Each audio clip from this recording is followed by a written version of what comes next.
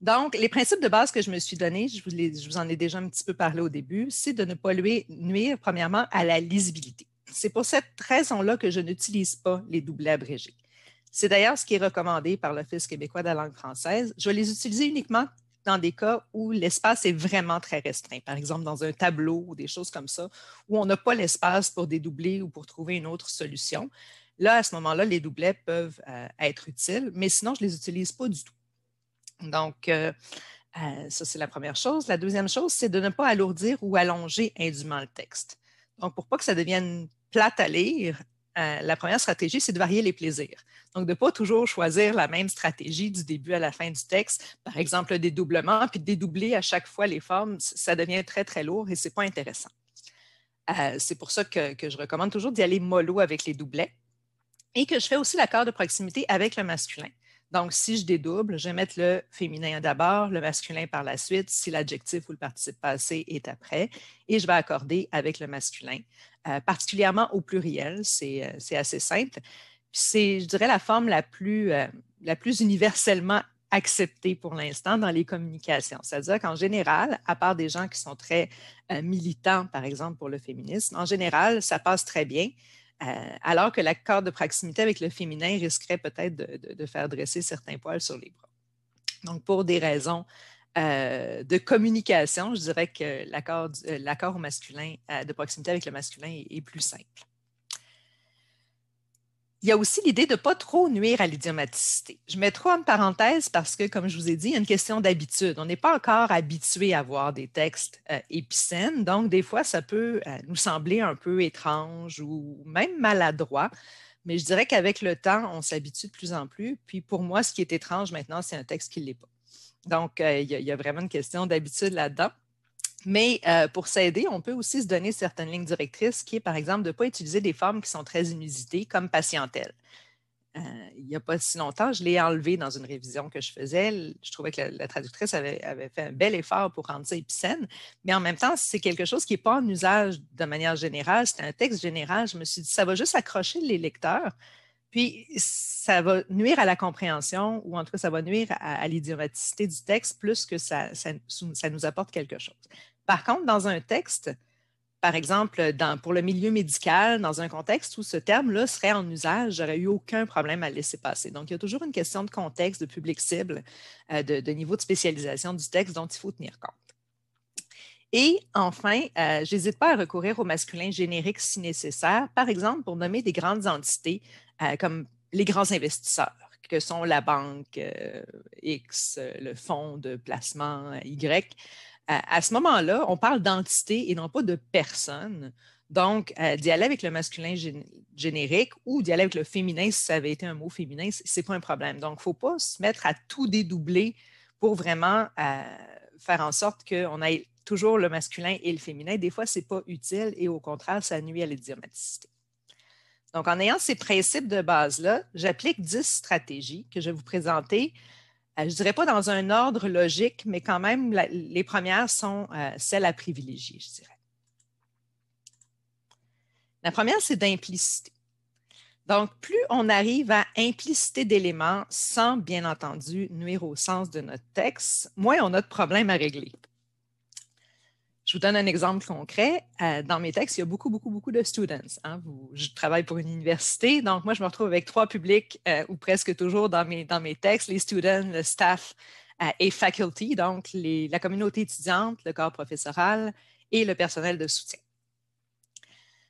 Donc, à un moment donné, ça peut devenir très lourd parce qu'en anglais, répéter students 12 fois, ce n'est pas un gros problème. C'est un mot qui est assez court. Ils n'ont pas à tenir compte du féminin et du masculin. Donc, puis l'anglais est moins réticent à la répétition que le français de manière générale. Mais quand je me retrouve, moi, avec un texte d'une page avec 12 fois students, il faut que je trouve des moyens de résoudre ce problème. Donc, il y a toujours l'idée de dédoubler les étudiantes et les étudiants ou de parler des membres de la communauté étudiante. On va en parler un petit peu plus tard.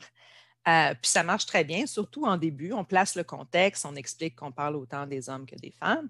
Mais quand ça fait quelques fois, à un moment donné, il faut passer à autre chose. Donc là, on est dans un exemple où on parle d'une étude. Puis depuis le début, on a dit très bien que ça s'adressait aux étudiantes et aux étudiants.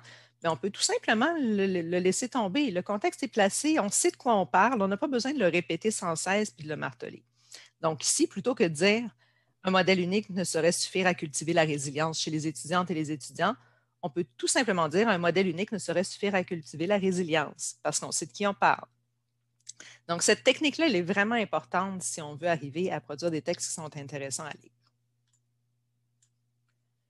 La deuxième technique, c'est d'utiliser les formes épicènes. Il y en a beaucoup dans la BDL, entre autres, il y a des belles listes, mais il y en a plusieurs aussi que moi qui me sont venues avec le travail à force de chercher dans les dictionnaires de synonymes, chercher des synonymes justement, des équivalents.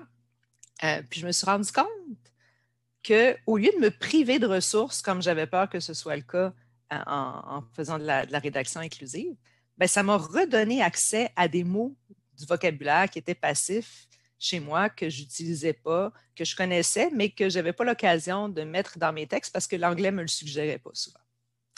Donc, pour tout ce qui est des noms collectifs comme corps professoral, enseignant et tout ça, ça va bien. C'était déjà quelque chose que je connaissais bien. Mais je me suis rendu compte qu'à force de jouer justement avec les étudiantes, les étudiants et tout ça, je suis allée chercher des mots comme cohorte, génération, relève.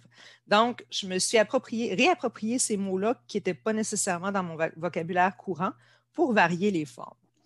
Il y en a plein d'intéressants aussi. Duo, trio pour parler d'équipes de 2 personnes, de 2 joueurs. Donc, tout ça, ça peut être super intéressant. Binôme, partenariat. Un que j'aime beaucoup utiliser aussi dans les adjectifs épicènes, c'est en solo plutôt que seul ou seul. Il me semble que c'est pire de dédoubler des mots qui sonnent pareil. Je ne sais pas pour vous, mais moi, j'ai comme une petite réticence à dédoubler. Dans ce cas-là, j'essaie de trouver d'autres solutions. Dans les pronoms et déterminants épicènes, j'aime beaucoup, beaucoup tout le monde. Je commence souvent mes courriels comme ça, quand c'est des courriels assez familiers, pas trop protocolaires. Donc, bonjour tout le monde. Je trouve que c'est très, très inclusif, justement. Ça vient chercher l'esprit un peu plus familial. Les nôtres, les vôtres aussi, que j'ai vu dans un texte récemment d'un pigiste que je révisais, j'ai trouvé ça vraiment chouette parce que, encore là, c'est quelque chose qu'on n'utilise pas souvent. Il y a des noms épicènes aussi qui me sont revenus dans le vocabulaire actif. Par exemple, pédagogue. Moi, je parle beaucoup des professeurs, vous vous en doutez. C'est sûr qu'on ne peut pas toujours remplacer professeur par pédagogue, mais quand on parle justement du côté pédagogique, du fait que c'est un bon enseignant, on peut dire que c'est un bon pédagogue ou une bonne pédagogue, puis ça fonctionne très bien. Donc, particulièrement avec les mots épicènes, on va y aller avec le pluriel à ce moment-là. Adepte, tête dirigeante, tête pensante aussi pour les décideurs, les décideuses. C'est pas super à dédoubler tout le temps. Récemment aussi, on avait un advocate que j'ai traduit par porte-parole parce que ça se prêtait bien dans le contexte. Ce n'est pas quelque chose qu'on va voir généralement dans les listes de synonymes ou dans les thésaurus. Donc, tous les noms de fonctions aussi que vous avez probablement déjà utilisés là, au lieu de dire le président ou la présidente, la présidence, la direction et tout ça. Donc, en utilisant ces mots-là, ça nous permet vraiment d'aller rendre ça très, très, très inclusif.